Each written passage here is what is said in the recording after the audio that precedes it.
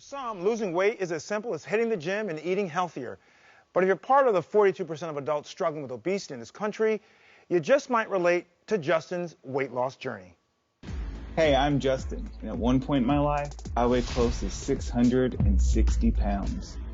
At 5, I weighed 100 pounds, 250 pounds by the age of 10, and by the age of 18, I was over 400 pounds. When I was on my senior trip to an amusement park, I went to get on and couldn't fit in. Then I had to be escorted off the ride in front of my whole entire class. That experience spiraled me out of control.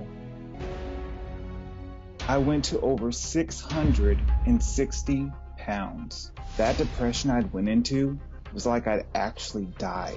I was eating to cover everything. I was stuck in my house. I couldn't put on my socks. I couldn't clean myself in the bathroom. I became a prisoner of my own mind. I just wanted to die. I literally prayed to die. I was planning my own funeral. When I realized that I would have to be taken to the graveyard with a crane, that really hit me in the face. I even went to have weight loss surgery, but I found out that I was too big for the surgery. The hospital couldn't hold over 500 pounds on their table. And here I was, 660 with no hope. I would eat 6 candy bars and I would drink a 12-pack of soda, if not more. So I started changing small things. I cut out a couple candy bars, didn't drink that extra soda, and it didn't take long, and I had lost 10 pounds. So I cut back a little more.